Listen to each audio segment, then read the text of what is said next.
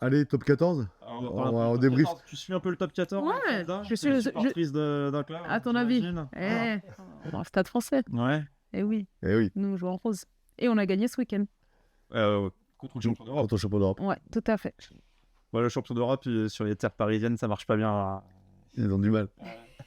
Cardio Racing aussi. Dans un match assez étonnant. Mais le champion d'Europe a du mal à ce début de saison quand même. Hein. Ouais, ils sont assez loin. Ouais, ils voyagent mal en fait. Oui, mais c'est quand même une grosse équipe. C'est une équipe qui normalement est régulière. En tout cas, ces 2 dernières saisons qui fait 2 fois finale de top 14. Bon, elle perd 2 fois, certes, mais bon, après, tu perds contre Toulouse. Hein, donc en fait, c'est une équipe qui est régulière et c'est étonnant ce début de saison quand même. Moi, je trouve. C'est étonnant, mais en même temps, regarde, La Rochelle, c'est pareil. Hein, quand ils perdent 2 fois de suite en finale championnat de France, l'année d'après, ils ont vachement de mal à se remettre. Ouais, mais il y avait un problème générationnel. Et c'était une fin de cycle. Ça, on l'avait repéré. Il y avait beaucoup de joueurs vieillissants. Il faut se remettre la Et- tête à l'endroit aussi. Oui, quoi, non, de finale. oui, il faut se remettre la tête à l'endroit, mais il y avait beaucoup de joueurs vieillissants à ce moment-là.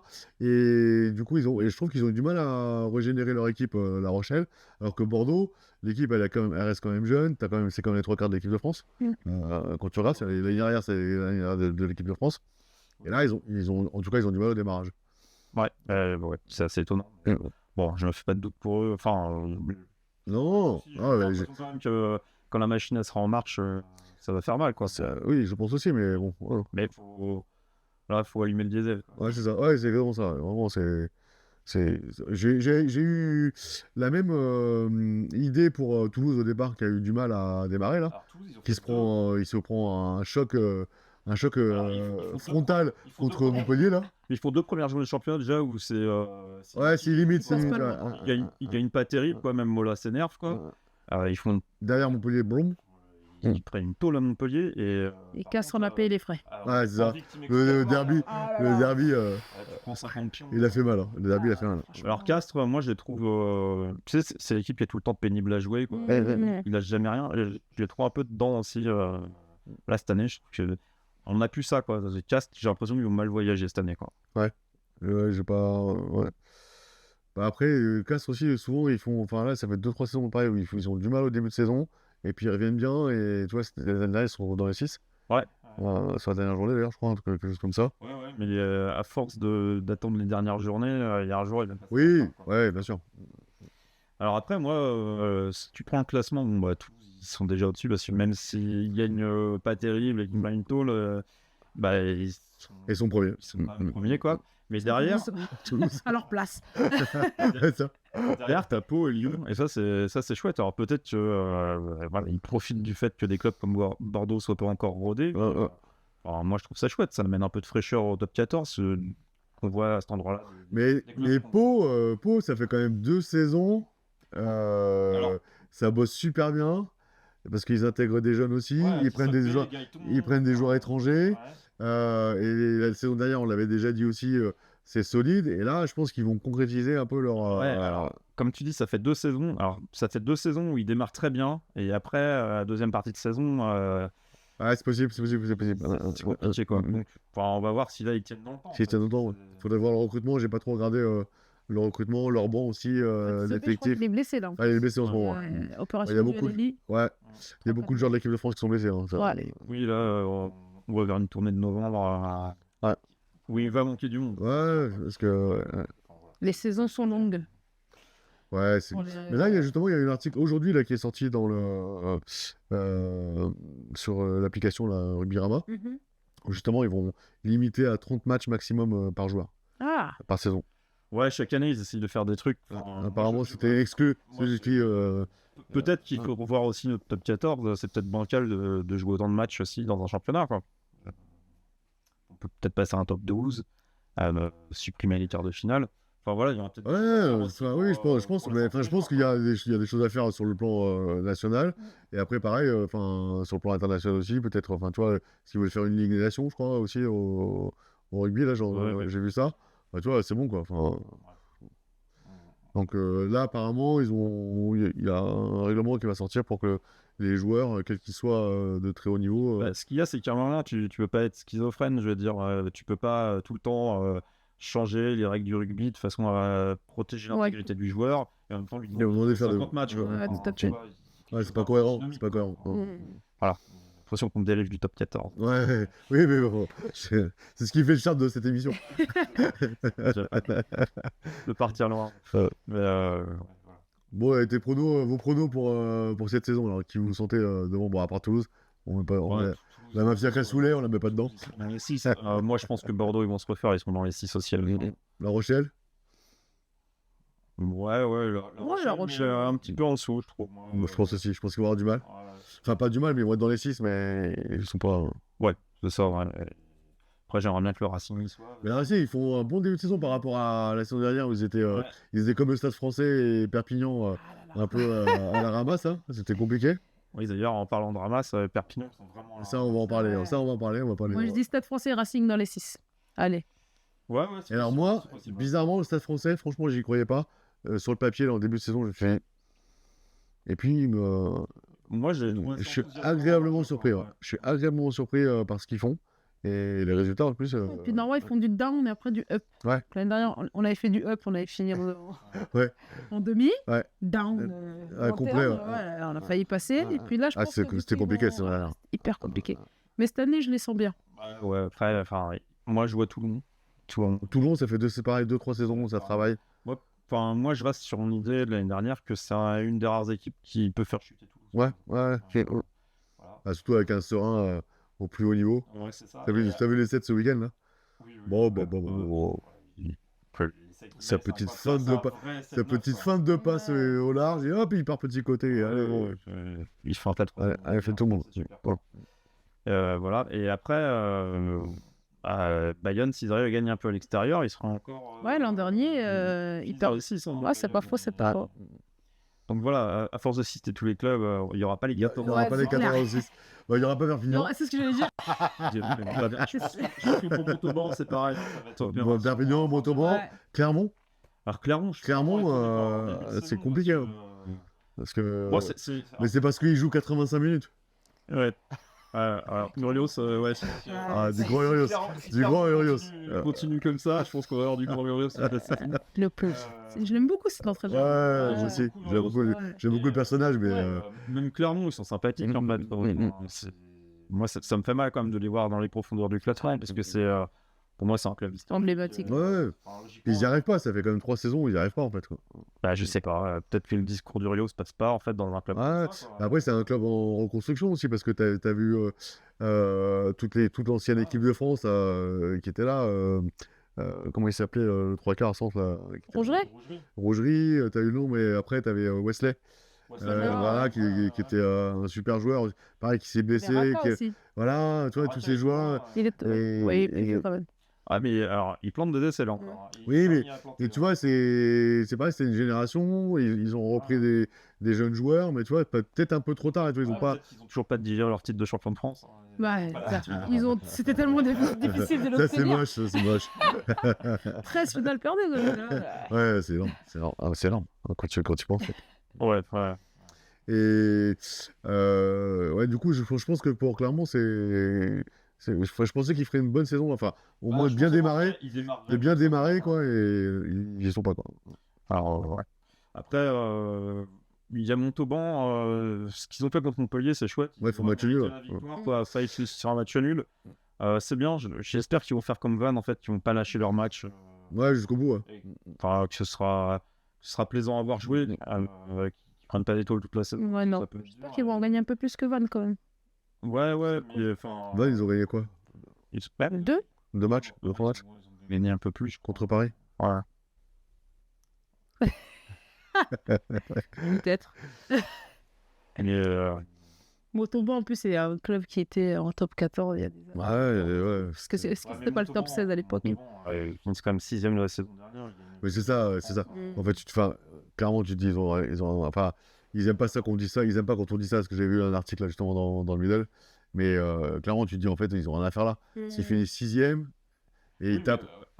Non, mais il mérite. Et quand je dis ça, il le mérite, mais je veux dire, dans la hiérarchie, et même pour jouer du très haut niveau, top 14, c'est quand même le meilleur championnat du monde. Enfin, tu vois, et toi, tu es là, alors que tu étais 6ème de Pro D2, tu vois, il y a un problème quand même. Ouais. Tu vois. Enfin, mais tant mieux, et puis ça joue, ils y vont, ils lâchent rien. Et, puis ils ont c'est quoi la phrase t'as aucune chance alors c'est dit là peut-être. Les bons des fonds du ski, qu'est-ce qu'il dit? Je sais plus, j'ai vu. Oui, t'as aucune chance, vas-y. Voilà, exactement. Exactement ça. Après, bon, on avait commencé à parler de Perpignan, je pense qu'il faut rester sur Perpignan. Faut faire un gros zoom sur Perpignan. Sur Perpignan, c'est 0 points. 0 points. 0 points. Et moi, je continue à me poser cette question quand même. Ça fait quand même 3 saisons que Azema est là-bas. Ouais. Je comprends pas pourquoi il est parti là-bas. J'avoue. C'est un grand technicien en plus. C'est ça, quoi. Je me dis, mais quel gâchis, quoi. Ouais, je sais pas. Peut-être que le projet sportif était hyper intéressant. Oui, non, mais ok, mais le projet sportif est intéressant. C'est-à-dire quand même que tu as une lueur d'espoir d'être, même si tu fais du milieu de tableau, tu vois, mais là, en fait, ça fait 3, donc là, dans la 3e saison, tu galères, quoi. T'as accroché les barrages à chaque fois. À chaque fois, c'est ça, à chaque fois, ils font le match. Et là, tu démarres, 4e match, 0 points. Ça va être long. Et ils ont joué qui, Perpignan, si vous l'avez de mémoire Ils ont joué le Racing, où ça s'est plutôt mal passé avec les supporters, justement, parce que c'était à Perpignan. Ouais, ça aussi, il y a un vrai sujet avec les supporters. Franchement. C'est le seul terrain top 14 où. C'est malsain. C'est malsain. Ouais, c'est malsain. Voilà. C'est pas l'image du rugby, quoi. Non, même c'est pas l'image du sport qu'on veut voir. Et en plus, voilà, public rugby. Tu vois, il y a du respect, comme entre les joueurs, comme avec l'arbitre, etc. Et là, tu te dis, mais où est-ce qu'on tombe, quoi? Alors, moi, j'ai quand même vu quelques discours en fait de supporters du Perpignan, de vrais supporters du Perpignan qui eux-mêmes condamnaient en fait oui, bien sûr. Mais ces supporters. Non, mais c'est bien aussi de le dire que c'est malheureusement c'est une frange d'une population au stade qui fait plus de bruit que les autres. Oui, mais alors ça, Gérard, je suis d'accord. Je suis d'accord avec ça. Mais il faut arrêter. Il faut arrêter. C'est-à-dire que le club aussi, ils peuvent faire en sorte faire ce qu'il faut pour que les mecs ou les nanas qui insultent les joueurs, qui crachent sur les joueurs, qui insultent les supporters, où tu peux pas y aller, etc. Dehors. Voilà. Et il faut tout de suite le faire. Il faut tout de suite le faire. Voilà, aujourd'hui, il y a tout un système vidéo où tu peux repérer ceux qui font n'importe quoi. Tu mets un terme à tout ça et tu le fais tout de suite. Tu assignes tout de suite le club, en fait. Parce que, pour moi, c'est pas normal qu'on ait ça dans les stades. Pour moi, le rugby, c'est quelque chose de familial. Tu peux y aller avec les copains, tu peux y aller avec tes enfants. Enfin, voilà, logiquement, c'est un espace de récréation, le stade, quoi. Et là, franchement, quand il se passe des choses comme ça, t'as pas envie d'emmener tes gamins. T'as peur d'emmener tes gamins. Ouais, c'est ça, tu te dis, attends. Tu te dis, tu sais pas ce qu'il va entendre. Ouais, ce qu'il va entendre, ce qui va se passer. C'est pas facile, hein. Les envahissements, etc. Malheureusement, si les résultats de Perpignan continuent à être ceux-là, j'ai peur qu'on aille de plus en plus vers ça pour ce public-là, quoi, qui est complètement exalté et qui n'arrive pas à se contrôler, en fait, quand leur équipe... Ouais, c'est ça. C'est incroyable. Pour moi, c'est un vrai problème.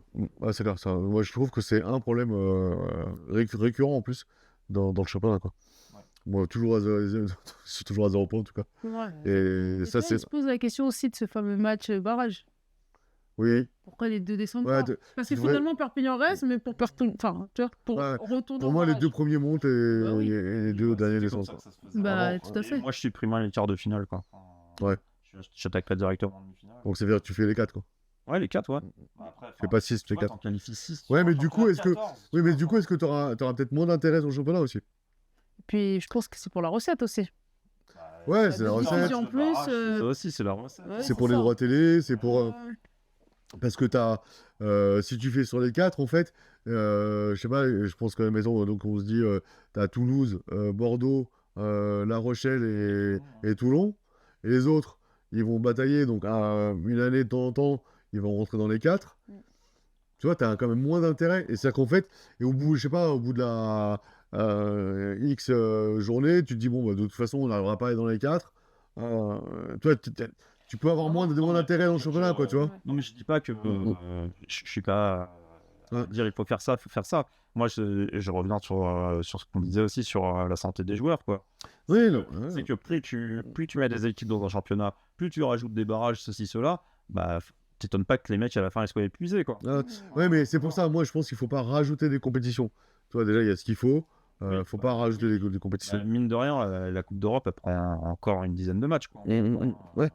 Et tu vas jouer en Afrique du Sud. C'est quoi cette idée de Coupe d'Europe? Ça, c'est pas une occasion d'en parler. Voilà, c'est pas une Coupe d'Europe, je suis désolé. Les Sud-Africains. T'as rien à faire là. Non, mais t'as rien à faire là. C'est n'importe quoi.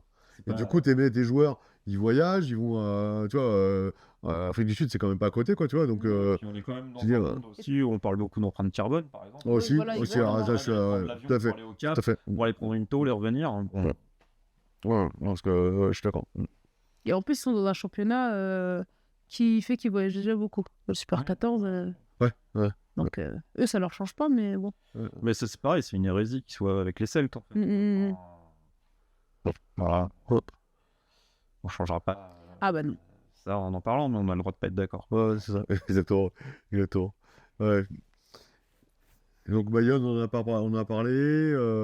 Perpignan, c'est bon, on a fait le tour. Oui. Sur Perpignan. Je pense qu'on a dit l'essentiel, ouais. Montauban aussi. Qui on a oublié là?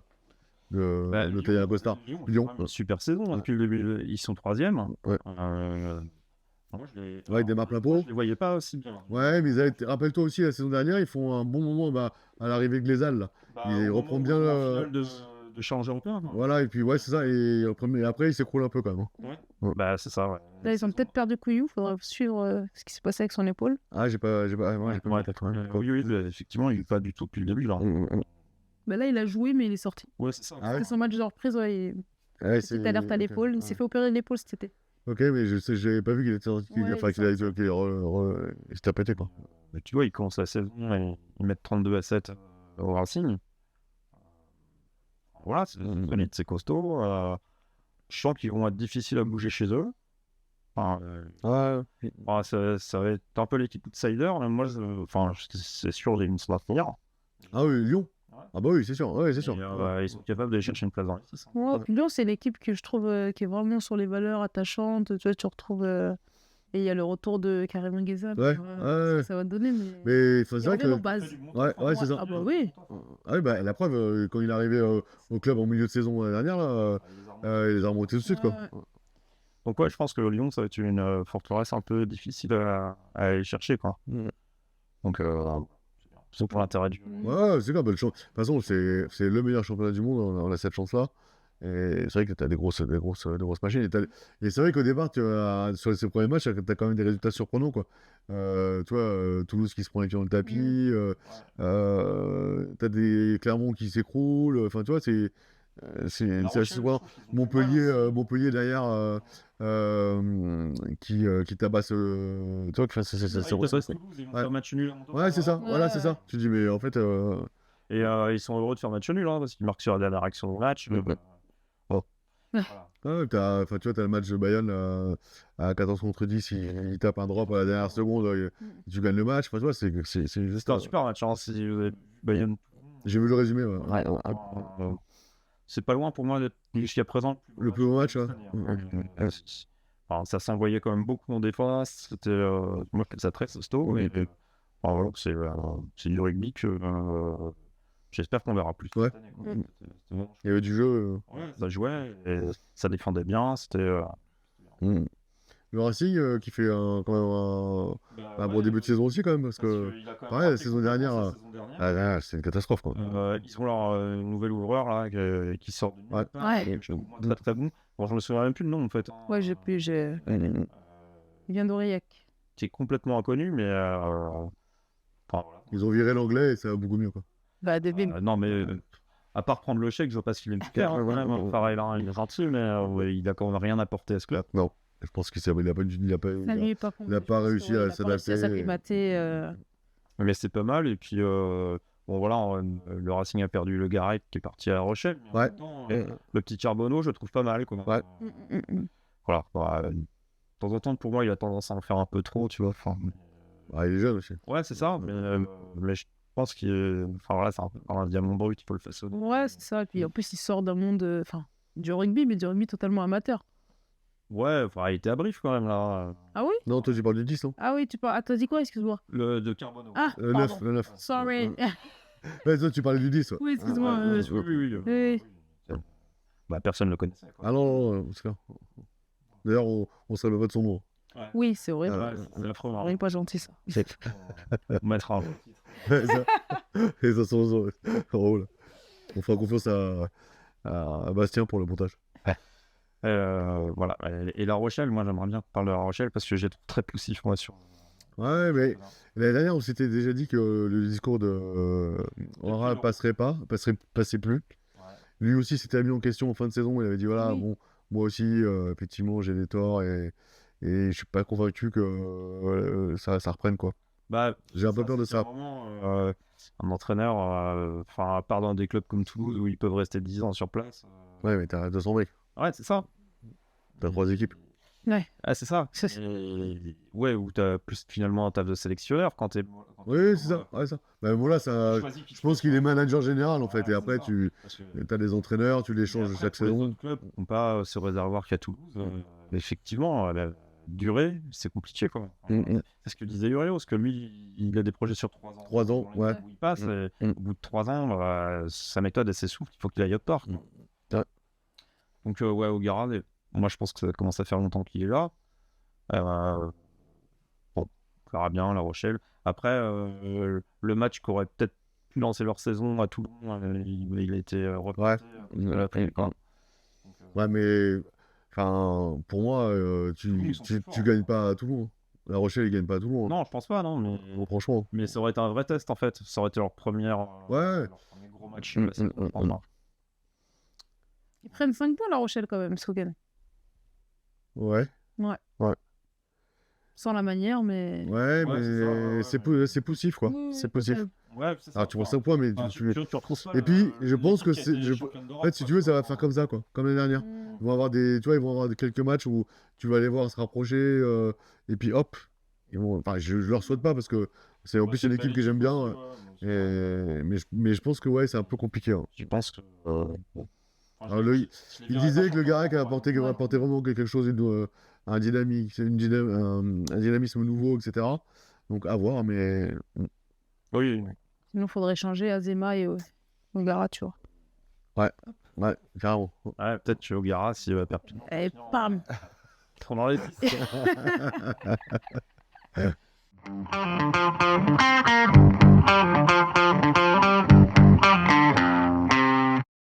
Alors, il s'est passé un événement quand même là ces derniers temps. C'est la Coupe du Monde de rugby féminin, justement. Ouais. T'es venu, Fenda, pour en parler. Pour en parler, ouais. Voilà, ton ressenti, toi, sur cette Coupe du Monde, qu'est-ce que t'en as pensé? C'était une Coupe du Monde étonnante. Non, c'était une belle Coupe du Monde, mais étonnante. Alors, étonnante, oui et non. Finalement, les Anglaises étaient. Ils gagnent à la fin. Ouais, puis elles étaient programmées pour gagner leur Coupe du Monde, et elles l'ont gagnée. Mais le Canada, pour moi, était une super surprise. Ouais. Alors moi je dirais que c'est pas tant une surprise que ça, parce que c'est quand même un pays qui a une culture du rugby féminin, qui a déjà été champion du monde féminin d'ailleurs. Première Coupe du Monde, c'est quand même le Canada qui l'a gagné, on l'oublie. Donc j'étais pas étonné de les retrouver au moins en demi-finale de toute façon, parce que clairement c'est une grosse nation du rugby féminin. Ouais. Après les Anglaises, moi elles m'ont vraiment impressionné. Alors moi j'ai pas tout ce recul, toutes ces connaissances sur le rugby féminin. J'avoue très honnêtement que je me suis intéressé. J'ai regardé pour la première fois, j'ai regardé vraiment une compète. Je me suis régalé d'ailleurs. Et c'est vrai que j'ai trouvé que les Anglaises étaient vraiment très très fortes. Quoi. Alors les Anglaises, elles ont ce truc en fait par rapport aux autres, c'est qu'elles sont pros par contre. Oui. Ça fait la diff quoi. Ça fait vraiment la diff. Quand t'as des pays où c'est semi-pro ou amateur, effectivement, il y a un gap d'écart en fait quoi. Et les Anglaises, tu le vois tout de suite en fait, elles sont là par rapport aux autres. Quoi. D'ailleurs, c'est pas pour rien. Ça fait, alors, j'ai pas regardé exactement, mais ça fait au moins 6 ou 7 ans qu'elles gagnent systématiquement le tour à destination. Ouais. Les Françaises, à part espérer une seconde place. Aujourd'hui, elles peuvent pas. Alors... Même sur le match de préparation à la Coupe du Monde, elles prennent 46-17 contre l'Angleterre. Elles sont pas déméritantes, hein. Oui, mais en fait, du coup, on peut parler de cette demi-finale contre l'Angleterre. Où moi, je trouve que l'équipe de France, elle passe à côté. Elle passe à côté, surtout sur la première mi-temps, où elles ont 2 ballons d'essai pour moi, mais vraiment. Et si...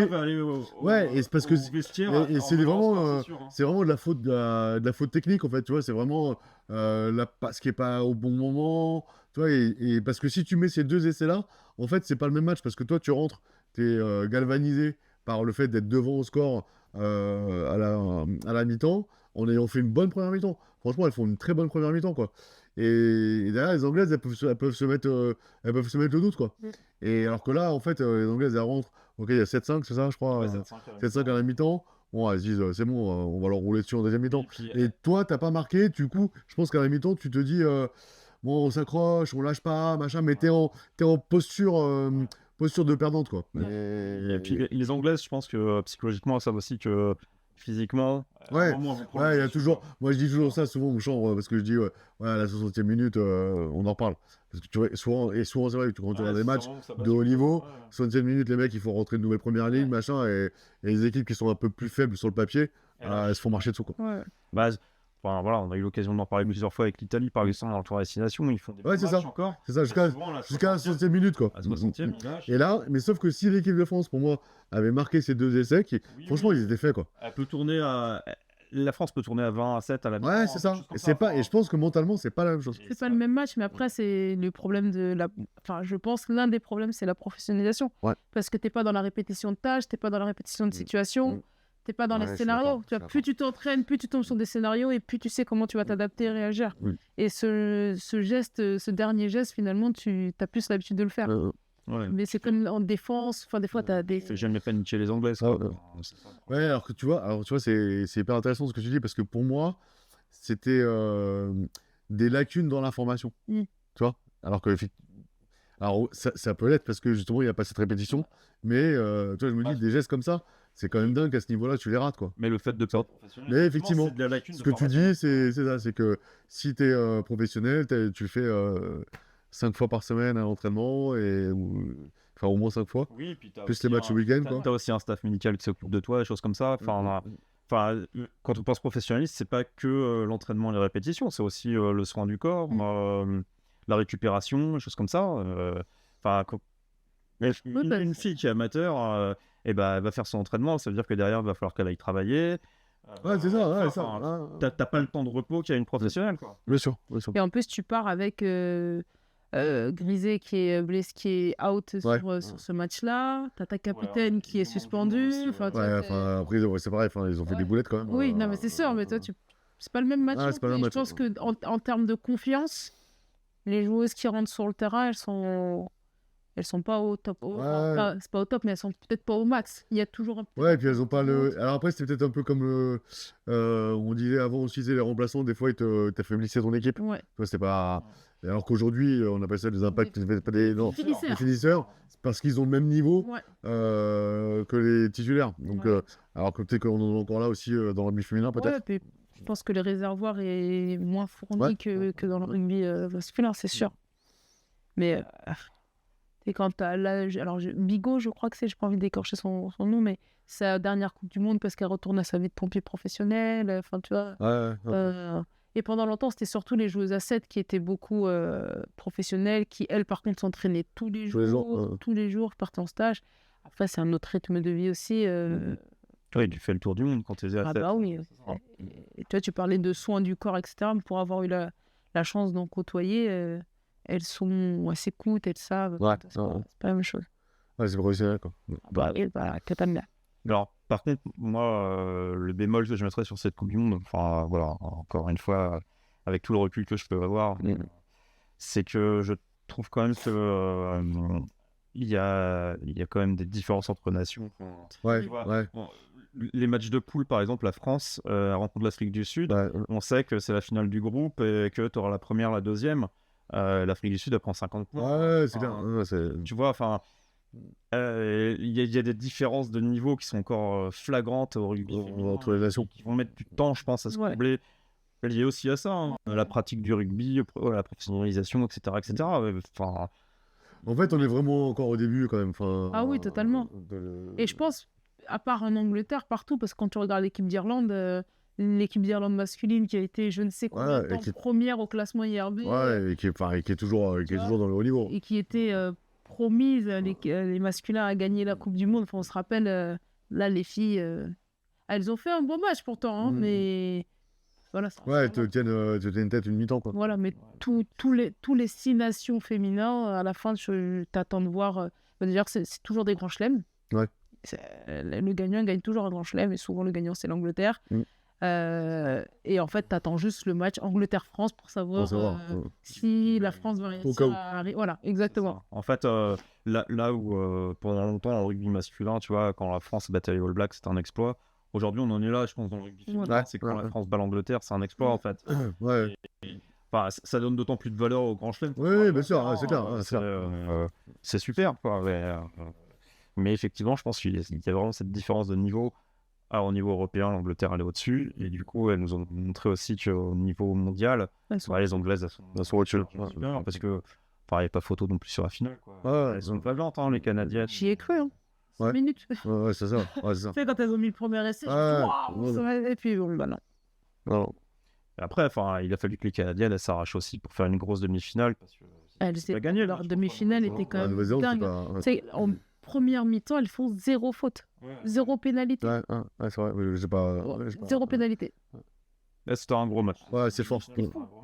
Et forcément, tout le match nerveux que t'as perdu sur ta demi-finale, c'est compliqué. Il faut récupérer. Et le choix du sélectionneur a été, pendant toute cette Coupe du Monde, au niveau du Canada, d'utiliser les mêmes joueuses tout le temps. Il n'a pas fait souffler. C'est ce que tu disais, peut-être sur le réservoir humain, en fait, effectivement. Ou ce que tu disais, toi, Jean-Marie, sur les remplaçantes. Aujourd'hui, les remplaçantes, t'as un banc qui, effectivement, peut affaiblir ton équipe. Ouais, ça. T'es moins bon, t'es moins performant, quoi. Mais c'était une belle Coupe du Monde. Alors, j'ai aimé la couverture médiatique aussi sur cette Coupe. Ouais. Justement, on commence à avoir des matchs, et notamment des matchs de poule, parce qu'avant, en gros, tu avais le match de l'équipe de France quand c'était les phases finales, et tu voyais la finale, quoi. Là, quand même, je trouve... Et puis même que la Ligue Top 14 a fait déplacer les matchs pour qu'on puisse regarder la demi-finale. Tu vois, j'ai trouvé ça super. Je me suis dit... non, j'ai trouvé ça intelligent. Je veux dire, ok, il y a notre équipe de France qui est en demi-finale. On décale, parce que souvent, tu as des matchs, t'as des doublons là, avec les sélections, même sur le masculin, quoi. Là, du coup, ok, on fait ce qu'il faut pour qu'on mette en lumière cette demi-finale. Ça, je trouvais ça vraiment chouette. Et même les stades, ils étaient quand même pleins. Quand tu regardes... Et ils remplissent Twickenham sur la finale, 82 000 places. Ouais, tu vois, c'est super, quoi. Même la petite finale, je crois, ils sont... Non, mais c'est une belle réussite. C'est une belle réussite. La petite finale, c'est un peu le contre-coup, quand même, non, de perdre en demi, quoi. Ouais, je pense. Après, Après, ça reste les Black Stars d'en face. C'est quand même fort, mais je pense qu'effectivement, les Françaises, elles y étaient... Dans la tête, elles y étaient plus sur la petite finale. Après, la France, ça reste quand même une grosse nation du rugby mondial. Chez les femmes, c'était la 10e Coupe du Monde, si je ne me trompe pas. La France, elle est arrivée 9 fois en demi-finale. Et une fois en quart de finale. Donc, faut continuer. Moi, j'espère que ça va susciter des vocations chez les filles. J'espère que c'est ce qui va changer. C'est ça, on parlait de vitrine pour une équipe de France. C'est ça. Si tu amènes des gens au stade, tu crées des envies, des vocations, des choses comme ça. Et j'espère qu'il y aura plein de petites filles qui vont s'inscrire parce qu'elles auront vu l'équipe de France, ça leur aura plu.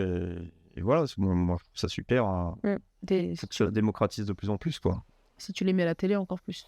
C'est ça. Oui, c'est ça. La médiatisation. Ça, les résultats. C'est pour ça que j'étais content aussi qu'il y ait cette médiatisation de cette Coupe du Monde où tu as pu voir des matchs de poule qu'on n'aura jamais vu avant. Ah non, c'est clair. Mais moi, vraiment, c'est la première fois que je regarde une compète de rugby féminin. C'est vraiment la première fois. Ça avait été impulsé aussi un petit peu avec les JO, avec le 7. Oui, c'est vrai. C'est vrai, j'avais regardé le 7. Il y a eu... Ces JO ont été un gros engouement sur le sport en général. Je pense qu'il y a plein de Français qui se sont découverts même une appétence pour le sport qu'ils n'avaient pas avant. Et comme ça a été une vraie réussite. Il y a certainement aussi des gens qui ont surfé sur ce bonheur d'avoir regardé les JO et du coup de regarder une compétition sportive, quoi. Et puis en plus, les JO, et on va toujours un peu ici pour l'équipe féminine. Ouais, c'est clair. Les garçons, c'est clair. Les filles, moi j'étais énervé devant la télé, franchement. Vraiment. Parce que c'est pareil, tu rates des trucs. Elles étaient pas promises, mais. Non, mais même, non, mais même sur le match, oui, sur le match où elles se font éliminer, elles doivent gagner 10 fois. C'est ça. Et ils avaient des machines. Enfin, ce Serafino Combat. J'avoue, j'étais vraiment en colère, quoi. J'étais colère.